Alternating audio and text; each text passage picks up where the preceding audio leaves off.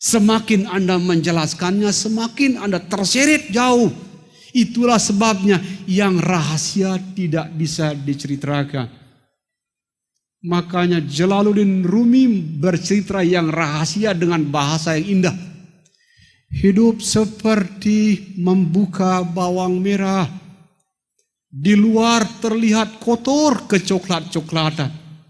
Tatkala dibuka warnanya putih. Tambah dibuka, tambah putih.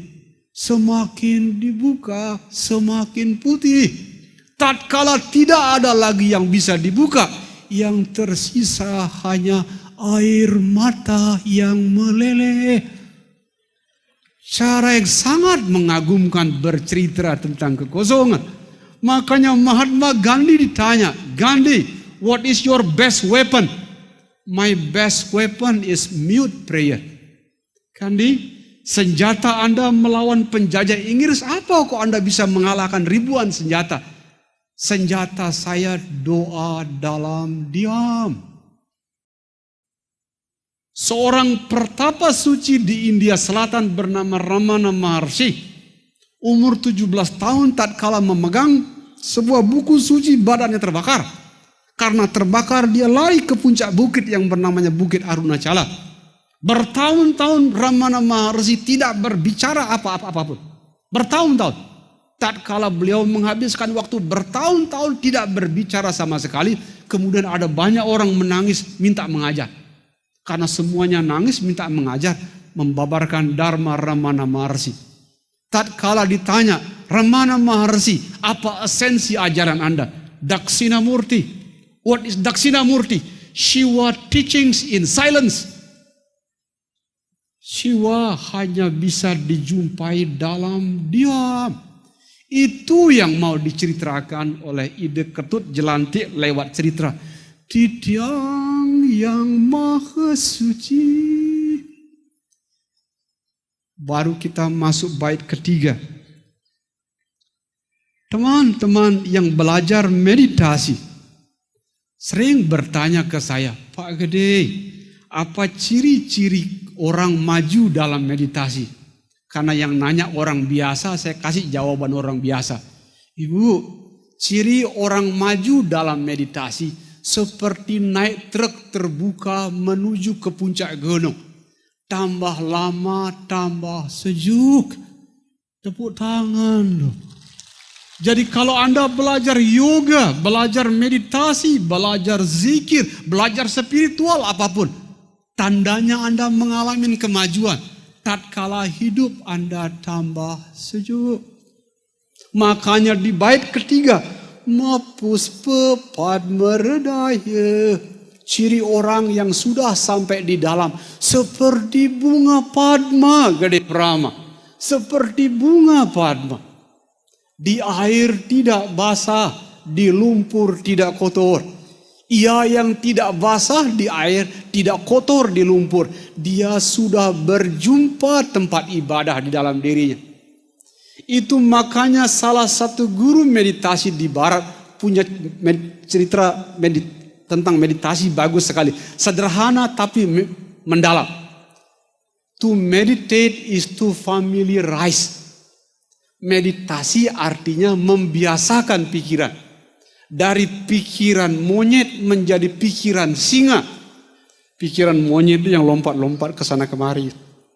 Pikiran singa adalah pikiran yang tenang. Pikiran yang tidak menakuti apa-apa termasuk tidak takut sama kematian.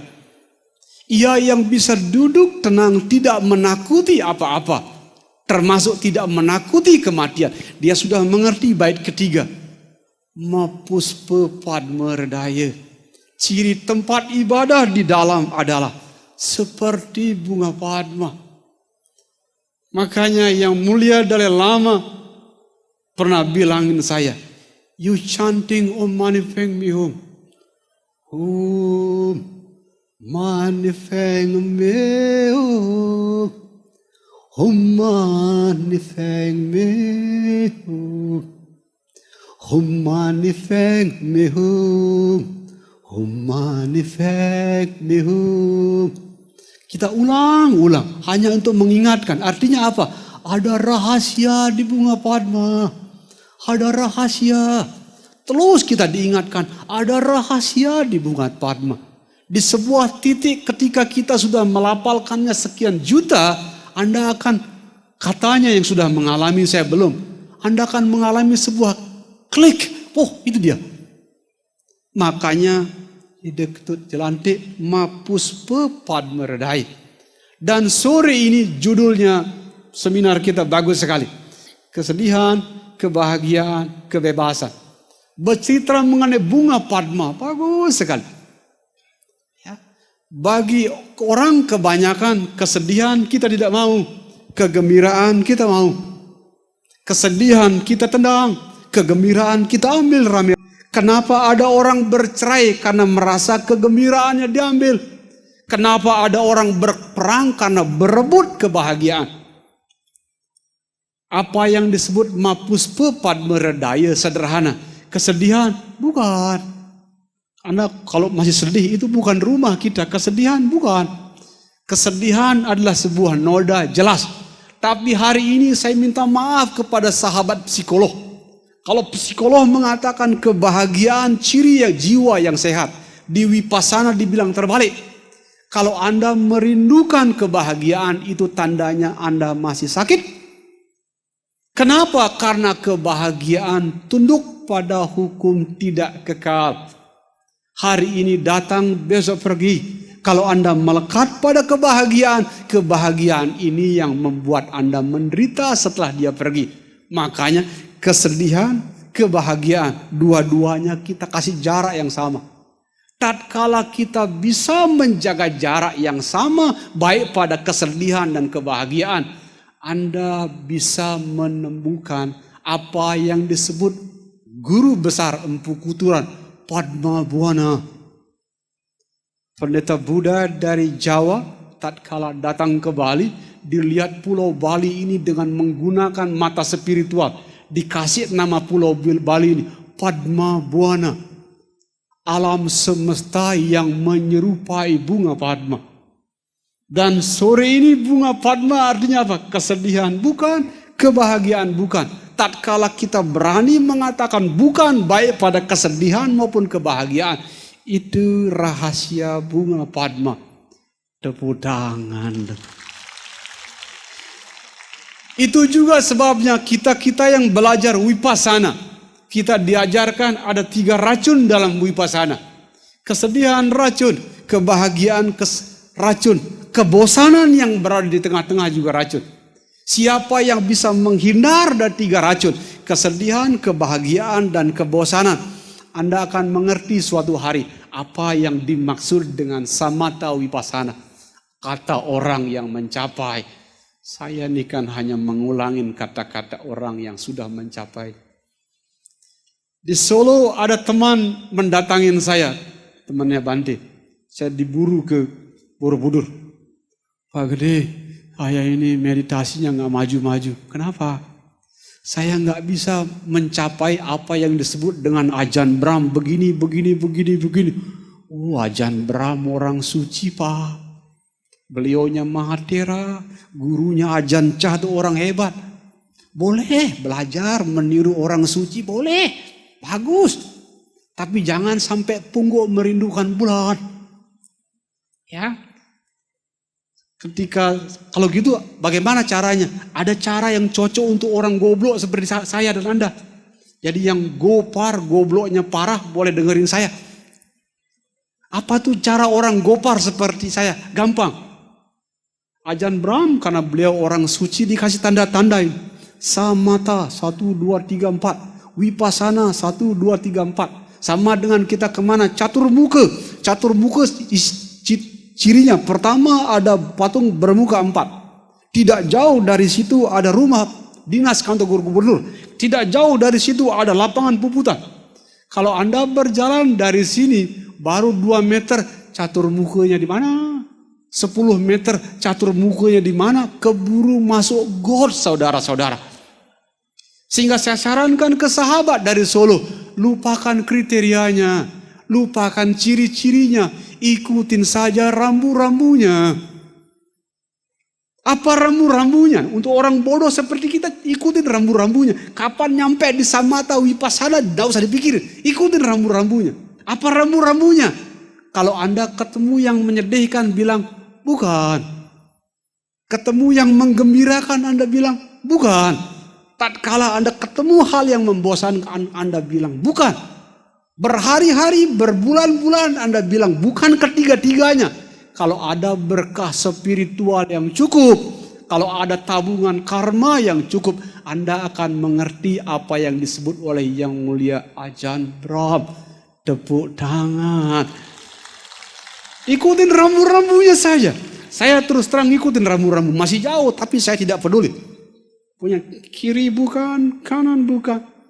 Makanya teman-teman Hindu yang belajar Weda, puncak orang belajar Weda itu bernama Advaita Vedanta. Advaita itu artinya non-dual. Di setiap kali ada dualitas Anda mesti lewatin. Seluruh dualitas. Termasuk dualitas Atman, Anatman. Lewatin. Mencapai sebuah titik yang disebut Nirvikalpa Samadhi. Nirvikalpa Samadhi itu mencapai sebuah titik yang keempat. Apa yang keempat? Kanan satu bukan, dua bukan, tiga tengah-tengah juga bukan, baru yang keempat. Apa itu yang keempat? Unexplainable. Tidak bisa dijelaskan, hanya bisa dilihat tatkala kita sudah mencapainya. Di setiap kali ada dualitas Anda mesti lewatin. Seluruh dualitas. Termasuk dualitas Atman, Anatman. Lewatin. Mencapai sebuah titik yang disebut Nirvikalpa Samadhi. Nirvikalpa Samadhi itu mencapai sebuah titik yang keempat. Apa yang keempat? Kanan satu bukan, dua bukan, tiga tengah-tengah juga bukan, baru yang keempat. Apa itu yang keempat? Unexplainable. Tidak bisa dijelaskan, hanya bisa dilihat tatkala kita sudah mencapainya. Untuk itulah anak muda di Brahma Wihara ketika nanya, antara nanya sama nantangin bedanya dikit. Saya balikkan, Anda belajar Advaita Vedanta. Karena di titik Advaita Vedanta Anda mesti menyentuh titik yang keempat. Di titik itu berlaku rumus, dalam sunyata semuanya satu rasa. Bait yang keempat, ini bagus sekali. Magenta suaraning sepi. Di tempat ibadah di dalam itu ada genta, ada bajra. Makanya di rumah saya di Tajun saya kasih genta, bajra untuk mengingatkan yang ini. Tapi genta yang ada di dalam suaranya sepi. Makanya tetua Bali memberi nama Tuhan itu dengan kata Hyang Embang. Hyang Embang itu artinya yang maha sunyi. Bule-bule yang nanya, what is the Balinese elder concept of God? Saya bilang the ultimate silence. Hyang Embang. Itu sebabnya ini pulau menjadi satu-satunya pulau di dunia merayakan tahun baru dengan hari raya Nyepi. Bukan hari raya meceki. Meceki itu judi. Magenta suara yang sepi. Ada genta di dalam. Dan gentanya suaranya apa? Sepi. Sunyi. Itu sebabnya di desa saya, desa Tajun, tempat saya lahir. Setiap kali ada anak laki-laki tertua lahir. Saya bukan yang tertua. Setiap anak laki-laki tertua, orang Bali mirip dengan orang Tionghoa Bante. Laki-laki tertua itu tanggung jawabnya paling besar. Di desa Tajun, tatkala ada anak laki-laki tertua lahir, langsung panggilannya Kolo. Kolo itu bisu. Bisu mean silence. Jadi jangan banyak bicara. Saya renungkan di desa Tajun, apa? Selain Kolo artinya bisu itu apa? Suatu hari dalam meditasi saya lihat, wah Kolo ini indah. Kolo ini dibaca dari kiri ke kanan, bacaannya Kolo. Baca dari kanan ke kiri juga Kolo. Ini bagus sekali nih. Artinya apa? Orang-orang di jalan kiri di Bali dibenci sekali orang-orang jalan kiri. Black magic, ngelihat. Jangan lupa, suatu hari dia akan ketemu puncak kolok itu. Orang-orang yang rindu kebajikan, kasih sayang yang kanan. Sama. Di sebuah titik kita akan bertemu di sebuah titik namanya kolok. Itu sebabnya dimanapun saya ngajar, kalau ketemu anak muda yang garang-garang, anak muda yang garang-garang. Di Medan kemarin ada 1.500 juga garang-garang. Saya bilang, macam-macam dia pertentangkan. Wah, agama orang, agama dia pertentangan. Selalu saya jawab, bayangkan ada 2 pendaki yang mendaki gunung di pagi hari dari arah yang berbeda. Yang satu mendaki dari timur, yang satu mendaki dari barat. Gurunya sudah di puncak gunung, bertanya kepada 2 muridnya, matahari terbit dari arah mana? Yang mendaki dari timur mengatakan matahari terbit dari belakang. Yang mendaki dari barat mengatakan matahari terbit dari depan. Dan berdebatlah mereka, depan, belakang, depan, belakang, depan, belakang. Gurunya di atas hanya senyum-senyum sambil melafalkan sabisata bawantu sukitata loka samasta sukino bawantu. Gurunya di atas cuma senyum-senyum. Tatkala keduanya sampai di puncak gunung, dia malu di depan gurunya pernah berdebat. Artinya apa? Kalau Anda masih berdebat, menyalahkan orang, mencaci orang, apalagi menganggap agama Anda paling benar, kemungkinan besar Anda masih di lereng gunung. Salah-salah berjalan ke gunung pun belum. Karena ciri-ciri orang sufi di Islam, ciri para santo di Nasrani, ciri orang-orang Buddha yang berjumpa wipasana samata wipasana. Demikian juga para yogi tingkat tinggi seperti Mahatma Gandhi dan Ramana Maharshi menghabiskan terlalu sedikit hidupnya untuk berbicara. Karena setiap pembicaraan akan menimbulkan dualitas. Dualitas itu menimbulkan perdebatan. Perdebatan ujung-ujungnya peperangan. Makanya hari ini saya bilang magente suara yang sepi, tempat Meru di dalam, stupa tempat ibadah di dalam. Di sana ada genta, tapi gentanya bersuara soye, embang. Yang kelima megandeye tisning budi, parfum. Orang-orang yang sudah berjumpa tempat ibadah di dalamnya pakai parfum, Bante. Parfum orang yang sudah berjumpa tempat ibadah di dalamnya bernama perilaku keseharian yang sejuk dan lembut. Makanya bolak-balik dimanapun saya ngajar, belajar spiritual bagus. Tapi saya titip cuma satu, semakin banyak Anda belajar spiritual, jangan lupa yang lembut. Karena kelembutan menunjukkan Anda sudah berjalannya jauh. Yang lembut. Adanya perdebatan, adanya pertentangan, adanya perkelahian, itu menunjukkan kita masih dalam dualitas. Tanda-tanda orang sudah melewati seluruh jalan spiritual, tatkala semuanya sudah baik. Makanya di ujung cerita nanti saya akan kasih ke Anda, memandang seperti langit. Langit ini kan tidak ada benar salah. Nggak nanya nih orangnya agamanya Hindu, Buddha, ya tetap di. Sebentar saya akan dalamin dengan memandang seperti langit. Jadi parfum orang yang sudah berjumpa tempat ibadah di dalam dirinya adalah keseharian yang sejuk dan lembut. Tadi saya sudah bilang seperti naik truk terbuka menuju tempat gunung, puncak gunung. Tambah lama, tambah sejuk. Malepane silayu. Bedaknya sila. Jadi orang-orang di dalam ini yang mulia Bante ada bedaknya. Tapi bedaknya bernama sila. Tidak membunuh atau tidak menyakiti, tidak mencuri, tidak selingkuh, tidak berbohong, tidak meminum makan makanan yang membuat kesadaran terganggu.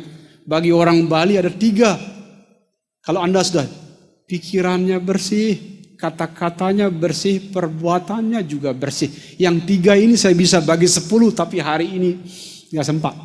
3 ini. Orang kalau belajar spiritual kan terpaksa itu. Membersihkan pikiran, kata-kata, perbuatan terpaksa. Tapi bagi orang yang sudah berjumpa tempat ibadah dalam dirinya, tidak lagi ada keterpaksaan dalam melaksanaan yang 3. Anda bahagia dengan melaksanakan dharma. Itu makanya saya ongkos-ongkosin ke Medan, ke Jogja, ke Semarang. Ini semalam setengah ngantuk dijemput sama Ariana jam 12 malam sampai di Bali. Hanya mau ngajak ke orang-orang. Dengan belajar dharma pun kita bisa bahagia. Karena ada banyak orang paradigmanya keliru. Belajar dharma nanti miskin. Belajar spiritual nanti kurus. Yang lebih bahaya lagi terlalu banyak spiritual. Tambah lama, tambah botak, kayak gede perama. Itu celaka. Saya mau bagi ke Anda. Itu sebabnya Yang Mulia Dalai Lama sering menulis kalimat ini, bagus sekali. If you want to be happy, practice compassion. If you want others to be happy, practice compassion. Sila yang bagus sekali. Kalau Anda mau berbahagia, jangan lupa menyayangi. Kalau Anda ingin orang lain berbahagia, jangan lupa menyayangi. Tidak ada teknik untuk membuat diri Anda dan orang lain berbahagia terkecuali saling menyayangi. Itu rumah kita yang sesungguhnya. Anda 3.000 saya sudah bawa pulang ke rumah saling menyayangi. Baru tepuk tangan.